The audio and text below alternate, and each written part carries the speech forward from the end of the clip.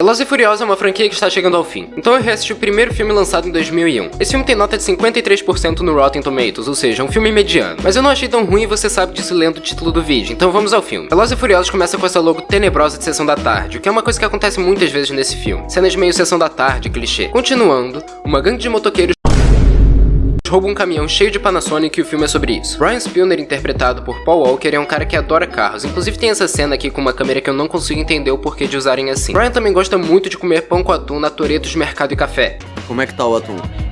Todos os dias você vem aqui e pergunta como está o atum. Estava horrível ontem, estava horrível anteontem.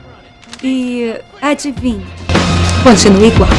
Eu quero atum. Essa mini loja é a principal fonte de dinheiro de Dominic Toretto, interpretado por Vin Diesel, e de sua irmã Mia Toretto, interpretada pela Jordana Brewster. Toretto faz corridas ilegais, já foi preso por espancar um cara com uma chave de fenda. Já sua irmã é mais contra esse tipo de coisa, mas tá sempre lá junto no rolê. Brian tem uma quedinha pela Mia e vai comer pão com atum lá todo dia, provavelmente só pra vê-la. Mas quem não gosta muito disso é o Vince, que é do grupo de amigos de Dominic, que tá na cara que é o ex-namorado da Mia. Acontece que esse Vince não é muito controlado e acaba caindo na mão com o loirinho por causa da menina. Toretto para a briga sem muita dificuldade e fala pro Brian se mandar dali. Brian não gosta muito da ideia de ter que sumir, então ele aproveita que tem um carraço de corrida de rua e tenta desafiar o Toretto numa corrida que vale uns $6 mil e o carro do protagonista. Mas esses carros têm um elemento especial chamado NOS. É um nitro que te faz ganhar asas, aquela merda é melhor que Red Bull. Tem uma coisa que eles mencionam antes da corrida. Eles falam não é o carro, e sim o piloto. Isso é uma frase que se repete ao longo de toda a franquia. Toretto ganha a corrida, mas a polícia chega e a única pessoa que ajuda Toretto a fugir é Brian. Como Toretto ganhou, tem o direito de ficar com o carro do colega. Mas chega uma gangue de motoqueiros japoneses e dá um monte de tiro naquele carro, e os nitros que estavam lá dentro ajudam o carro a explodir. Então agora Brian está devendo a Toretto um carro de 10 segundos. Eles vão para Toretto's House via táxi,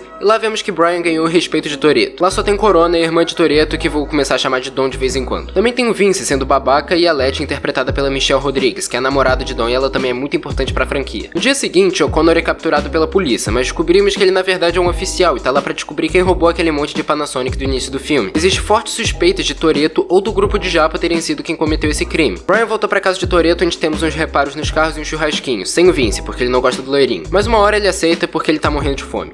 Cagado de fome. Depois disso, temos Vince sendo machista e Mia falando na cara que prefere 1000 vezes o Brian do que o Vince, então o homem fica puto. Brian trabalha vendendo peças de carros, esqueci de mencionar isso. Ele também vende nitro lá. Acontece que um dos caras que ele conhece do grupo do Toretto tá querendo um monte de coisa pra colocar num Honda Civic, que por acaso foi o mesmo modelo de carro que assaltou o caminhão das TVs. Então Brian entra escondido no esconderijo de seus colegas pra ver se o que tem ali não é muito suspeito. Mas na saída dá de cara com o Vince, que leva até o Toretto. Brian explica a situação, mas não diz que é a polícia, inclusive ele esconde isso. O trio vai até o esconderijo dos Japas, onde existem vários Panasonics e DVDs, mas são todos legalizados, então eles esquecem isso pro resto do filme. Me corrija caso eu estiver errado, mas caso não esteja, essa é a pior parte do filme. Todos voltam para casa e Dom conversa com o Brian sobre o dia que o pai dele morreu.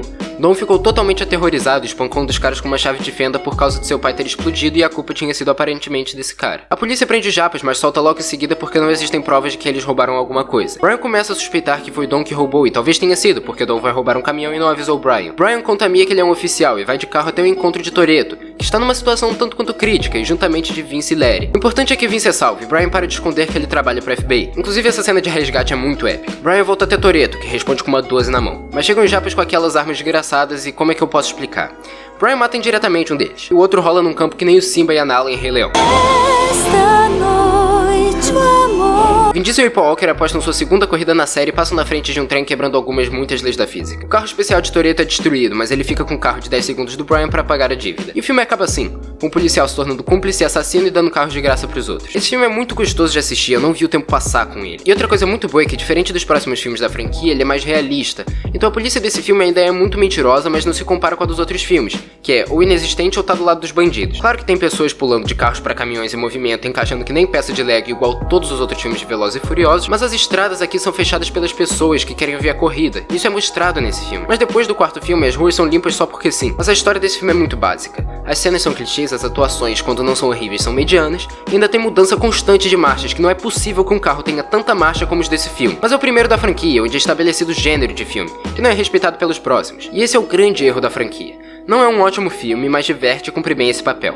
E como o primeiro, com certeza não é o pior da franquia. Velozes e Furiosos tem um ótimo início, mesmo porque os 3 próximos filmes são uma bosta. Velozes e Furiosos de 2001 tem nota 6 de 10. Mas e você, já se inscreveu? Correria com Toretto com risco de morrer atropelado por um trem? Escreve aí nos comentários.